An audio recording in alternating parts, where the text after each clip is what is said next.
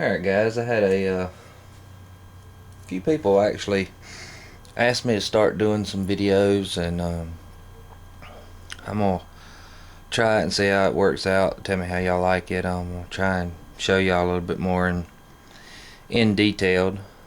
Apparently had several people that have seen my videos and seen the guns I've worked on, have them all tore apart and everything to do various maintenance, or we're gonna fix something up on them or change something on them, or well, I had several people say they wanted to see actually how I took them apart.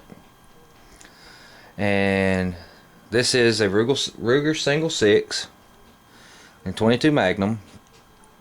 I actually had this gun tore apart, ready to start detailing each little piece and getting it ready. We're gonna Duracoat this pistol from my uncle, and right off the bat, before I start getting into any people complaining or being upset about the value of the gun or everything, this is a gun that he uses for camping, fishing. This gun sees a lot of abuse, and as you can tell,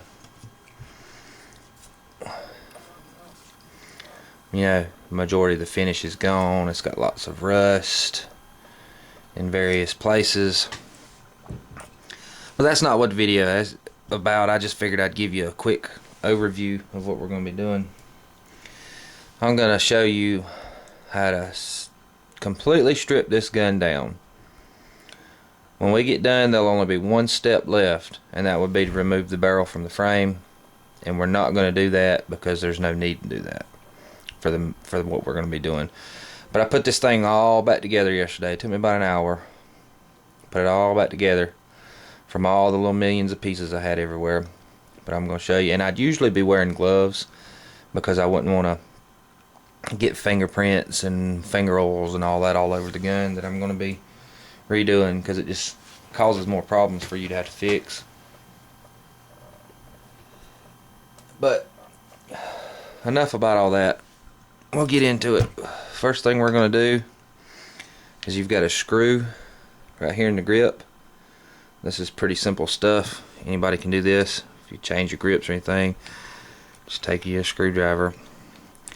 And I do recommend gunsmithing screwdrivers for because they're made for the right size screws and stuff. They've got the just right taper and everything, so you don't booger up your screws and stuff. But we're going to be refinishing this gun and doing a lot of minute work to it. So, and y'all will have to bear with me because this is difficult around the camera. I'm going to see how it works out.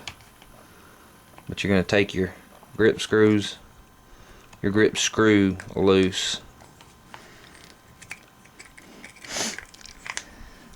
And apparently I don't have that one took completely out.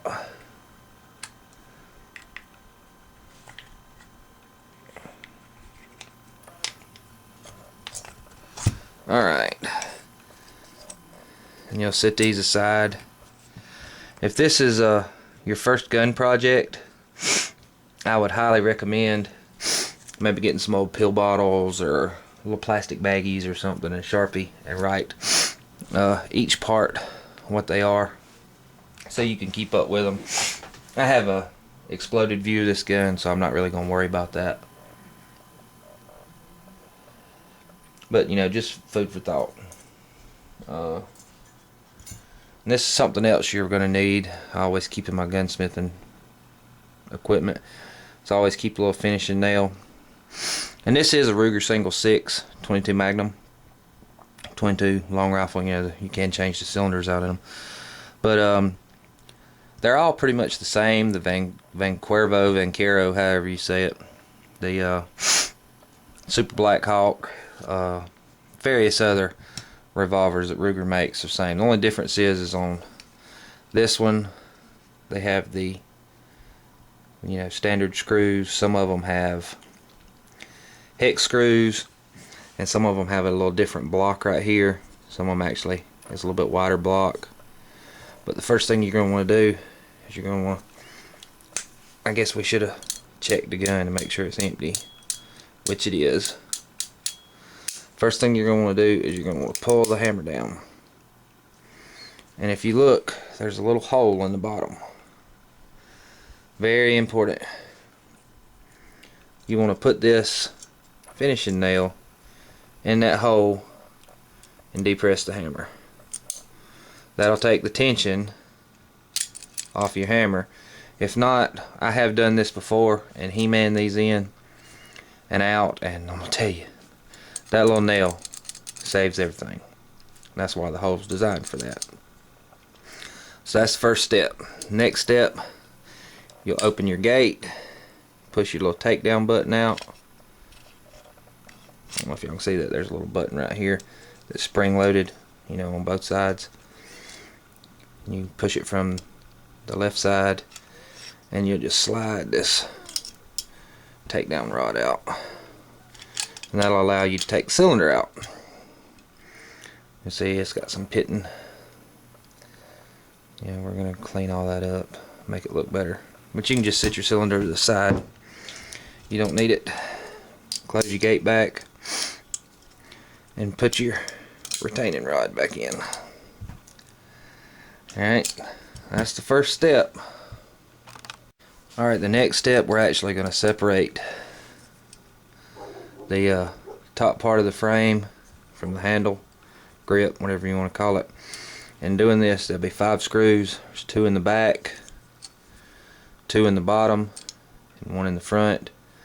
And one of these is a long screw. So you'll want to take those out.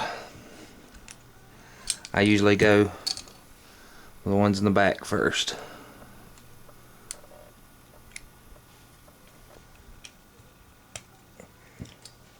I'm gonna have to get a different screwdriver. Hold on.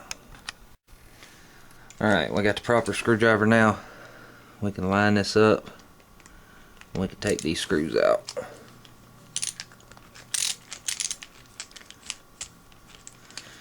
And once you take these out,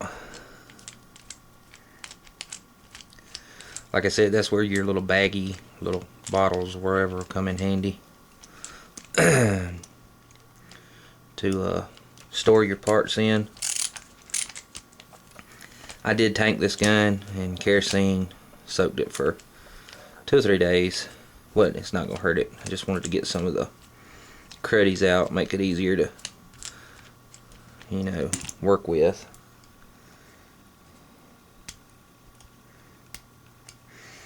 Get back my little screwdriver.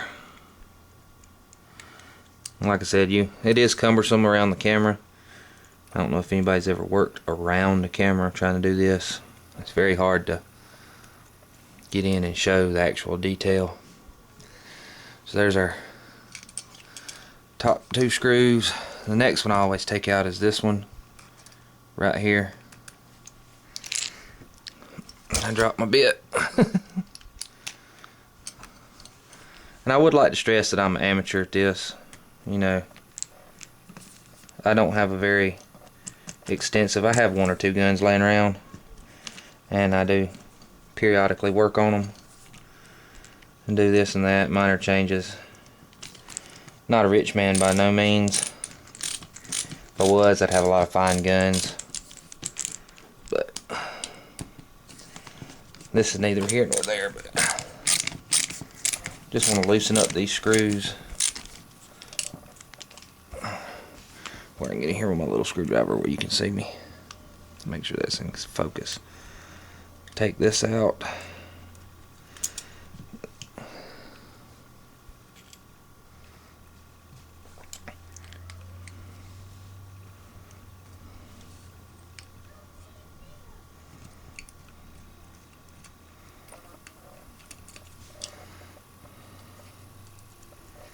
And you might want to pay attention to how these come out. Some of them are kind of finicky. See how that's just a standard screw? One on the other side will be a longer screw with a taper to it.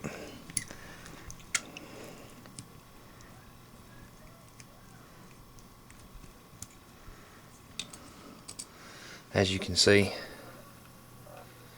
So you just always want to note where you took them from. Now you can actually separate.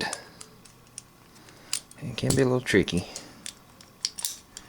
You can actually separate the grip from the barrel. We'll set the barrel aside because we still got to do a little bit of work on this one.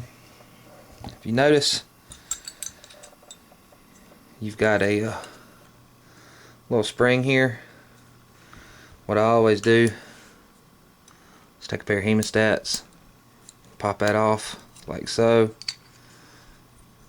There's a pin in here you want to hold. That's what holds the spring in place. Pop this side off. That'll give you enough clearance to take your spring out. You can set your spring to the side. While we've got it down, you'll look right here. There's a little pin you can pop out with a spring. Be careful you don't lose it. And you're just going to take that pin right here, push it out.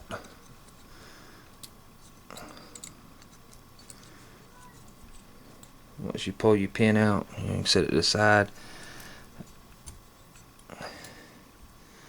Take your hemostats, and then you can take your spring out. And that is essentially as far down as you need to take this. You do have a roll pin in here you can drive out if if it was to break for your grips.